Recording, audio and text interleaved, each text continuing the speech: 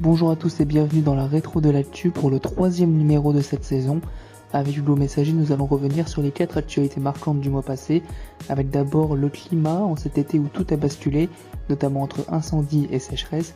Nous parlerons également de la crise énergétique en France et des dernières déclarations du gouvernement sur le sujet, du voyage d'Emmanuel Macron en Algérie et du sport avec le championnat d'athlétisme de Munich. La rétro de l'actu par Rodrigue Bedin et Hugo Messager.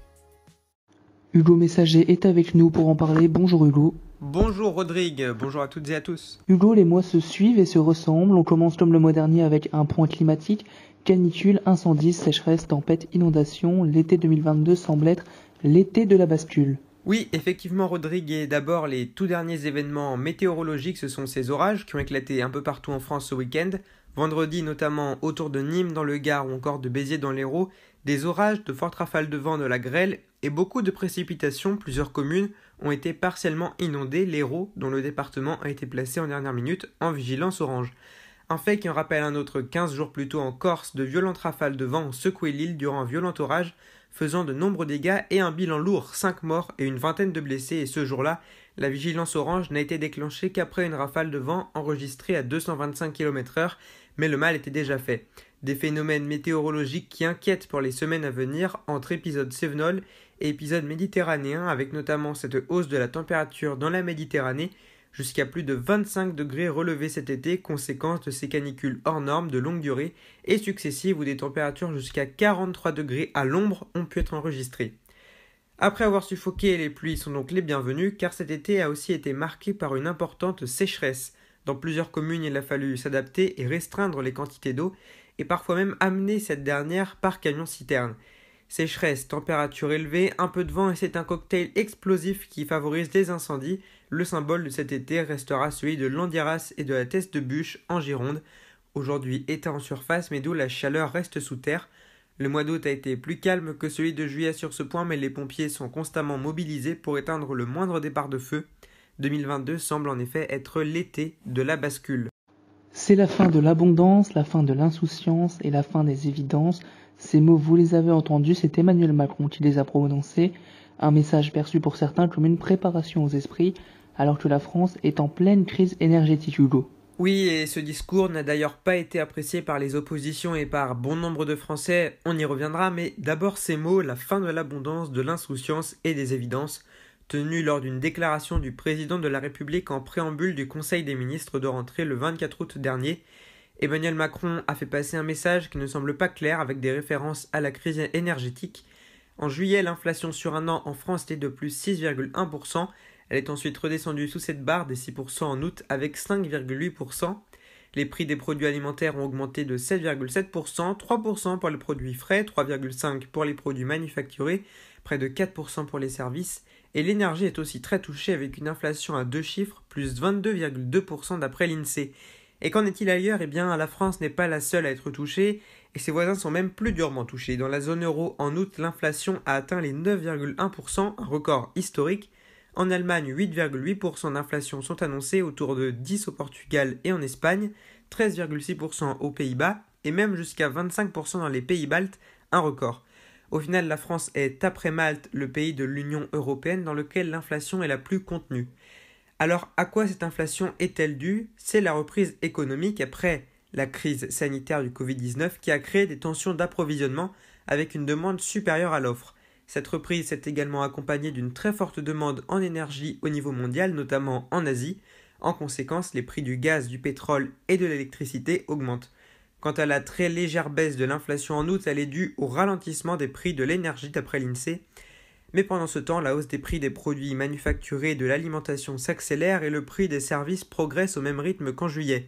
Prime inflation, bouclier tarifaire maintenu jusqu'en 2023, chèque énergie supplémentaire 200 €. Le gouvernement a tenté de limiter l'inflation en France, mais cela n'a pas été suffisant face au conflit russo-ukrainien qui a fait flamber le marché des matières premières, comme le pétrole, le gaz et le blé. Un plan de résilience et une loi pouvoir d'achat ont donc été instaurés. Pour Bruno Le Maire, ministre de l'économie, l'inflation devrait durer au moins jusqu'à la fin de l'année. On reste dans la politique et avec Emmanuel Macron, on part à l'étranger, le chef de l'État qui s'est rendu fin août en Algérie pour 3 jours. C'est une visite officielle et d'amitié qu'a réalisée Emmanuel Macron du 25 au 27 août en se rendant en Algérie. Le chef de l'État a rendu visite à son homologue Abdelmadjid Tebboune et les deux hommes ont signé à Alger une déclaration commune pour un partenariat renouvelé qui scelle la réconciliation entre les deux pays. En la signant, les deux présidents s'engagent à se retrouver tous les 2 ans pour un haut conseil de coopération. Le document indique aussi qu'une commission conjointe d'historiens sera créée qui travailleront sur la période coloniale et la guerre d'Algérie. Si le courant a l'air de bien passer entre les deux chefs d'État, qu'en est-il avec les Algériens ? C'est plus mitigé. Le dernier jour de sa visite, Emmanuel Macron a pris un bain de foule à Oran en sortant de la célèbre boutique du label de rail Disco Maghreb et l'accueil était mitigé. Pour un Oranais, Macron ne vient que pour une seule chose, le gaz. Et si derrière cette visite pour renouer des liens en Algérie, Emmanuel Macron n'aurait-il pas comme projet de bénéficier de davantage de gaz algérien ? Alger a en effet donné son accord verbal pour augmenter ses livraisons à destination de la France, des livraisons qui pourraient augmenter de 50%. Mais Emmanuel Macron affirme que ce n'était pas le but de la visite car la France n'est pas, je cite, en compétition avec l'Italie. Pour lui, le gaz algérien est un faible poids du gaz dans le mix énergétique. Conclusion, on n'est pas dans une dynamique où le gaz algérien pourrait changer la donne. Fin de citation. Samedi, des discussions étaient notamment en cours entre Engie et le groupe pétrogazier algérien Sonatrach. Des annonces seront faites prochainement, a affirmé Olivier Véran, porte-parole du gouvernement. Et on termine avec un petit peu de sport et ce mois-ci on parle du championnat d'athlétisme de Munich, Hugo. Les deuxièmes championnats sportifs européens se sont tenus à Munich cette année du 11 au 21 août.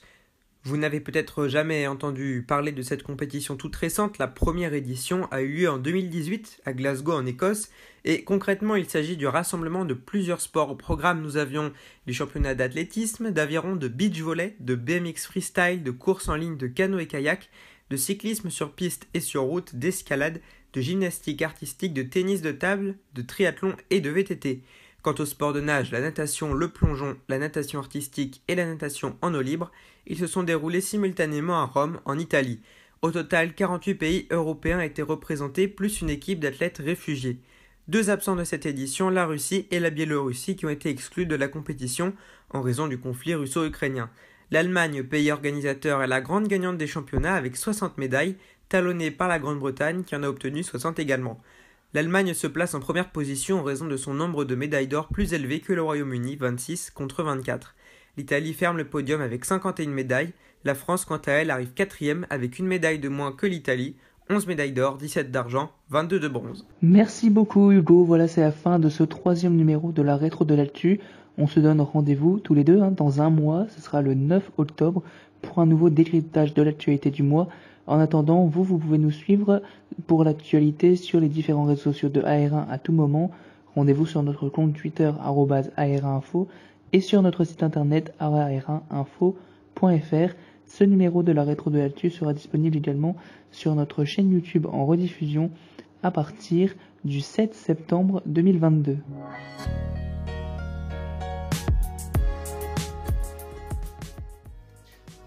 À l'écriture, au micro et au montage de ce numéro, Rodrigue Bedin.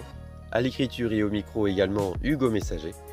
Vous pouvez nous retrouver sur notre compte Twitter @ar1-podcast et sur le site internet podcast.ar1info.fr pour écouter d'autres émissions. AR1 Podcast, écoutons le monde d'aujourd'hui et celui de demain.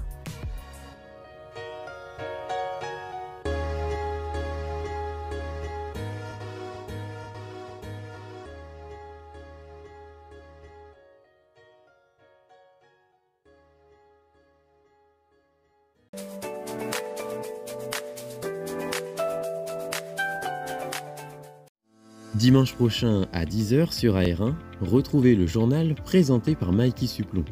Avec nos journalistes, nous ferons un tour complet de l'actualité des derniers jours dans nos reportages, nos rubriques